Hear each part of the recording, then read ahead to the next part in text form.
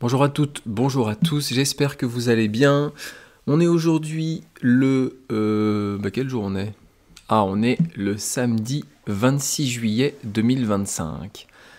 Effectivement, aujourd'hui c'est samedi, et aujourd'hui on va parler d'une expression qui est se prendre pour la 8e merveille du monde.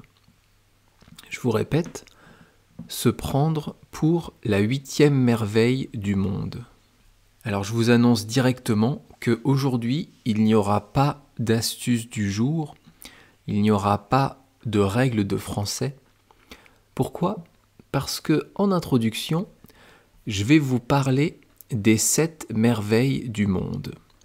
Et comme c'est un sujet que j'adore, l'Antiquité, avec la mythologie grecque, avec la culture japonaise, avec la musique, les jeux vidéo, pour ceux qui me connaissent, eh bien vous commencez à connaître mes sujets favoris, les sujets qui m'intéressent, et les 7 merveilles du monde en font partie.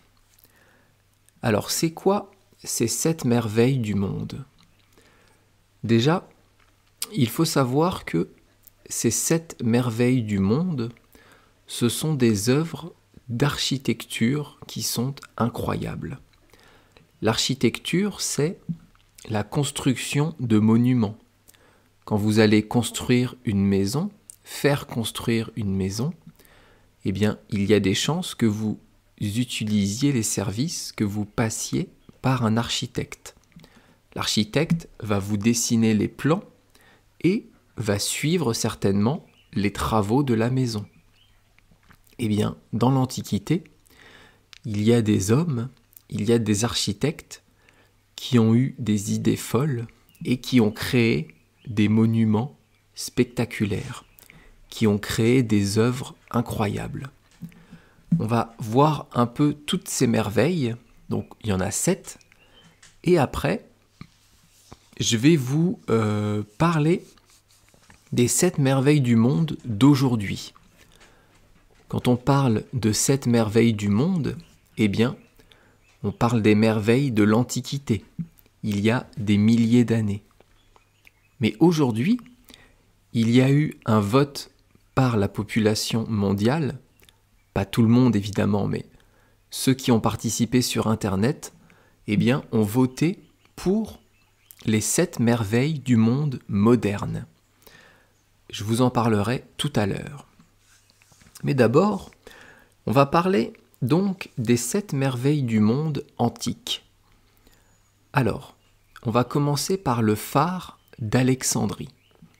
Donc Alexandrie, c'est une ville qui est située en Égypte. Pourquoi elle s'appelle Alexandrie?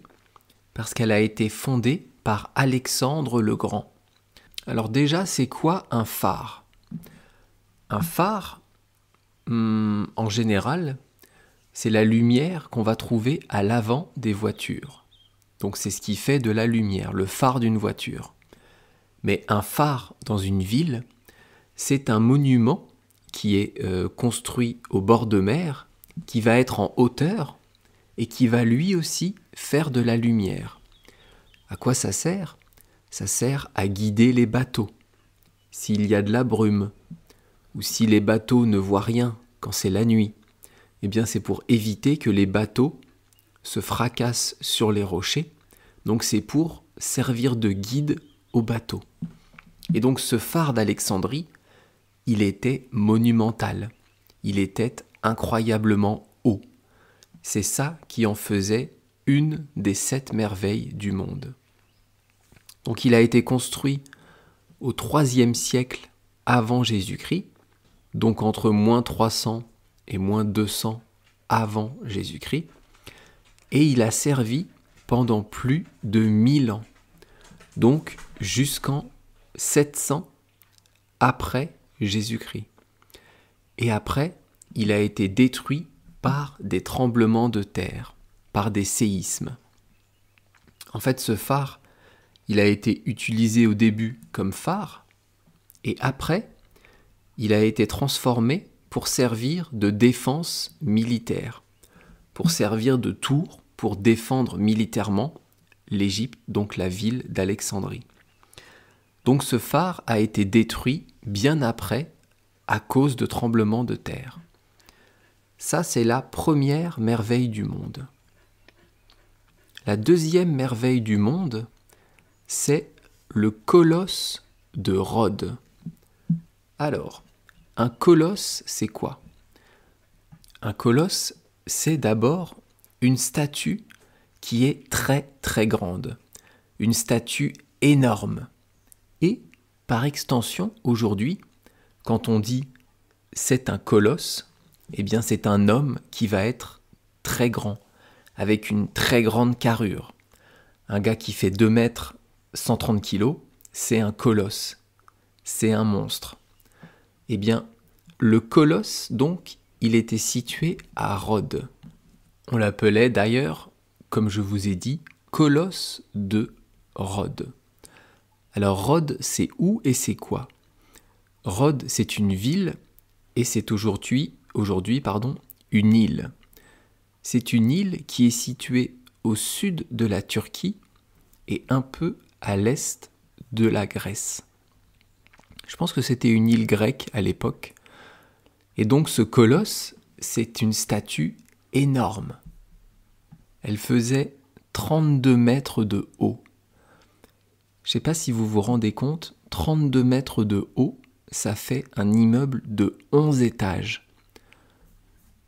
Donc c'était énorme. Cette statue, elle a été construite également au IIIe siècle avant Jésus-Christ.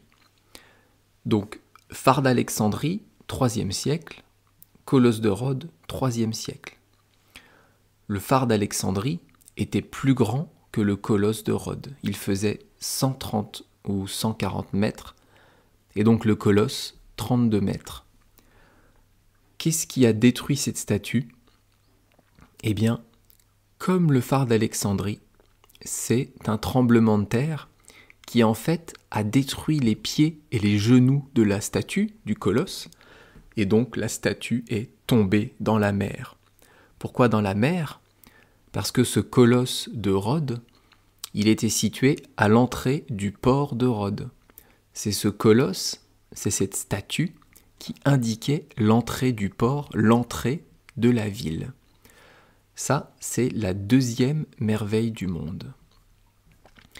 Je sens qu'on va pas tout faire aujourd'hui. Ça fait déjà 8 minutes que je parle, j'en ai fait que 2. Ah là là, bon, c'est pas grave, on continuera demain pour ceux que ça intéresse. En tout cas, moi, ça me passionne. Alors, la troisième merveille du monde, on va parler de la statue de Zeus qui est située, ou qui était située, à Olympie. Alors, Olympie, c'est un endroit qui est en Grèce, dans le sud de la Grèce, et c'est dans ce lieu que se tenaient les Jeux olympiques pendant l'Antiquité. D'où la concordance, d'où la ressemblance entre Olympie et Jeux olympiques. L'année dernière, les Jeux olympiques étaient à Paris, et vous savez que à chaque fois qu'on organise des Jeux olympiques dans le monde, il y a la flamme olympique qui va parcourir une partie du monde. Eh bien, tous les 4 ans, la flamme olympique part d'Olympie. Le départ de cette flamme est à Olympie, là où avant il y avait la statue de Zeus. Alors cette statue, elle est plus petite que le colosse de Rhodes. Cette statue, elle fait 12 mètres de haut, mais alors, pourquoi elle fait partie des 7 merveilles du monde?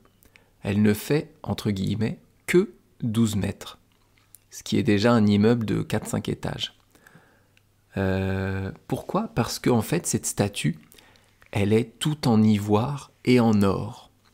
Donc, contrairement au colosse de Rhodes, cette statue est faite à base de métaux rares, de matières rares. Et elle a été créée, elle a été construite au 5e siècle avant Jésus-Christ par un architecte / designer / sculpteur / artiste, qui s'appelait Phidias. Cette statue, elle n'a pas été détruite par un séisme, elle a été détruite par un incendie. Ce sont les flammes qui ont ravagé, qui ont détruit cette statue de Zeus. Ça, c'était donc la 3e merveille du monde. La 4e, eh bien, ce sont des jardins. Ce sont les jardins de Babylone. Alors, Babylone, c'était une ville, et si on devait la situer dans le monde moderne, c'est une ville qui était dans l'actuel Irak, à peu près une centaine de kilomètres au sud de Bagdad. Donc ces jardins, suspendus donc, existaient à Babylone. Alors pourquoi ces jardins faisaient partie des 7 merveilles du monde ? Eh bien je pense que c'était pour leur beauté, pour la beauté de la nature de ces jardins. Ce n'étaient pas des jardins dans les airs, mais d'après les sources, d'après les écrits, c'était des jardins qui étaient construits en hauteur, qui étaient construits en forme d'escalier, dans une espèce pas de forteresse, mais d'édifice qui abritait ces jardins. Donc les hommes étaient étonnés de voir des arbres pousser en hauteur.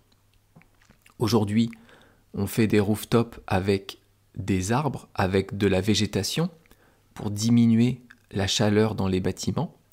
Eh bien, c'était un peu le même principe, je pense, mais c'était plus architectural que climatique. Donc ces jardins suspendus de Babylone, eh bien, ont disparu après que la cité fut abandonnée. Après l'abandon de la cité, après que la cité ait été soit détruite, soit quittée, oui c'est ça, que les gens soient partis ailleurs, eh bien les jardins sont restés à l'abandon et donc se sont détruits eux-mêmes. On imagine que les racines ont pu casser les murs ou prendre trop de place et donc tout s'est écroulé. Ça c'était la 4e merveille du monde. La 5e merveille du monde, c'est le mausolée d'Halicarnasse. Alors là, c'est intéressant. Le mausolée d'Halicarnasse. Halicarnasse, c'est quoi ou c'est qui ? Halicarnasse, c'était une ville. Ce n'était pas une personne. Et aujourd'hui, cette ville a disparu, mais aujourd'hui, elle se situait au sud-ouest de la Turquie, près de la mer. Et donc ce mausolée, en fait, c'est le tombeau d'une personne. C'est là où une personne a été enterrée. Et cette personne, donc, s'appelle Mosol. Mosol, c'était le nom d'un gouverneur de la région, et c'est sa femme qui, en l'honneur de son mari, a fait construire ce bâtiment. Mosol était une personne, c'est devenu le mausolée d'Halicarnasse, donc mausolée, qui était ce bâtiment. Et aujourd'hui, un mausolée, eh bien, c'est devenu un nom commun. C'est devenu un nom qui désigne en fait un bâtiment funéraire, un monument où va être enterré quelqu'un. Par exemple, les pyramides pour les pharaons, eh bien on peut dire que c'était des mausolées. Quand vous avez un bâtiment, une architecture spécifique pour le tombeau d'une personne, on peut dire que c'est un mausolée. Donc c'est devenu un nom commun. Et ce mausolée, il a été détruit suite à des guerres et des séismes, mais avant, il était utilisé comme défense militaire, comme siège pour défendre la cité. Donc le pauvre Mosol qui était enterré là, eh bien il a vu beaucoup de guerres pendant sa vie, mais aussi après sa mort. Alors il nous reste 2 merveilles du monde à voir. Je vais essayer d'être un peu plus rapide parce que sinon ça va être trop long. Il reste le temple d'Artémis à Éphèse. Alors le temple d'Artémis à Éphèse. Éphèse, c'est une ville, enfin une ancienne ville, qui est, si on veut la situer aujourd'hui, eh bien dans l'ouest de la Turquie, près de la mer.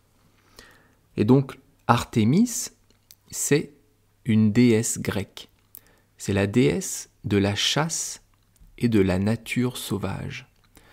Donc le peuple à l'époque a construit un temple, a construit un monument splendide en l'honneur de cette déesse. Malheureusement, ce temple a été détruit également par des séismes, par un séisme et par des incendies. Et on va finir par la seule merveille du monde qui existe encore aujourd'hui. La seule merveille du monde qu'on peut encore voir, eh bien, ce sont les pyramides de Gizeh. Les pyramides de Gizeh, eh bien, elles ont été construites 2500 ans avant Jésus-Christ. Plus de 2 millénaires avant Jésus-Christ. Donc, comparé à aujourd'hui, c'est il y a 4500 ans. Et encore aujourd'hui, on se pose des questions sur comment les hommes à l'époque ont fait pour construire quelque chose d'aussi grandiose, d'aussi monumental. Et pour dire la robustesse, pour dire la longévité de cette construction, eh bien, c'est la seule qui existe encore aujourd'hui. Elle a résisté à tout. Et voilà, on a vu donc aujourd'hui les 7 merveilles du monde. Demain, je vais vous parler des 7 merveilles du monde modernes.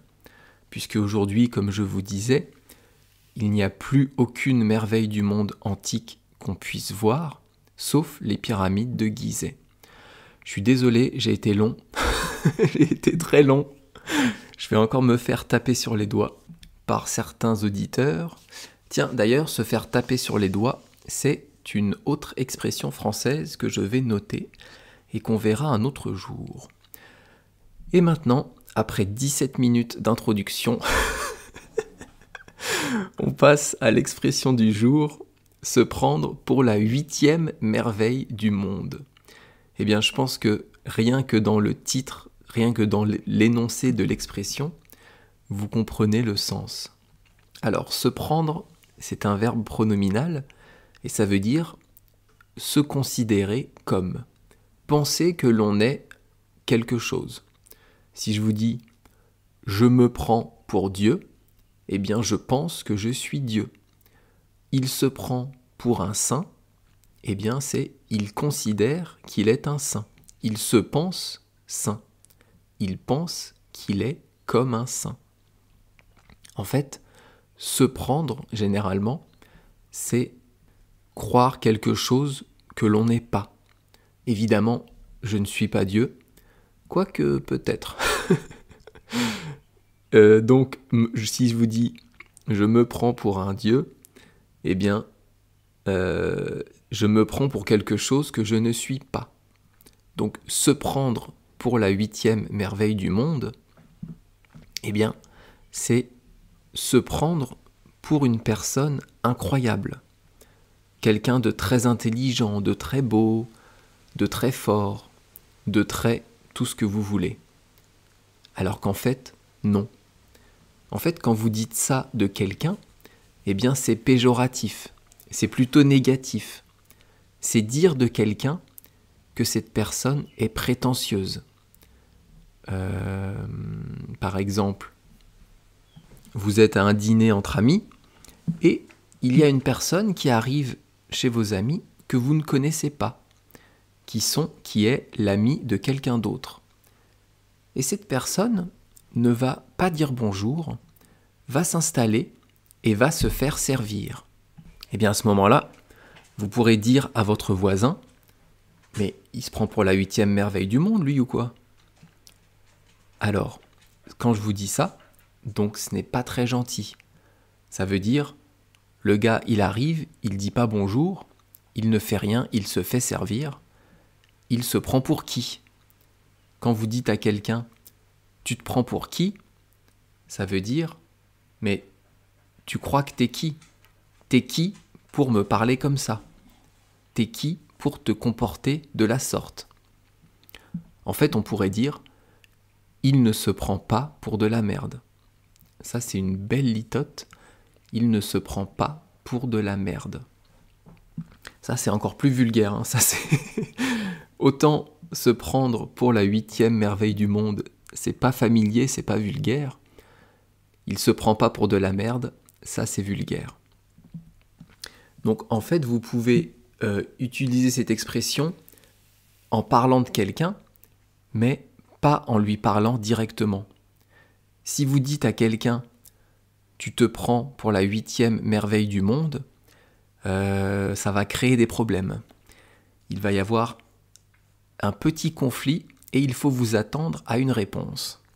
Donc je serai vous, je ne dirai pas ça en face de quelqu'un. Mais vous pouvez dire ça pour parler de quelqu'un. En anglais, on dit to sing one's the bee's knee. Je vous laisse traduire vous-même.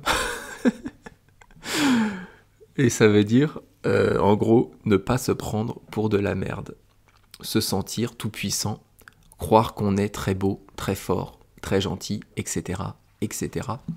Alors qu'évidemment, les humains sont et blancs et noirs, ne sont pas tout blancs et pas tout noirs. Je vais m'arrêter là. Je suis désolé, j'ai été un peu rapide sur l'expression du jour, mais j'ai trop parlé des merveilles du monde, vu que c'est un sujet que j'adore. Désolé d'avoir un peu trop parlé de ça. Demain, on verra une expression qui est la goutte d'eau qui fait déborder le vase. La goutte d'eau qui fait déborder le vase. À demain dimanche pour une nouvelle expression et donc un nouveau podcast dont le français c'est facile avec Adrien. Merci beaucoup, à bientôt, bye bye. Hasta luego, matane minasan.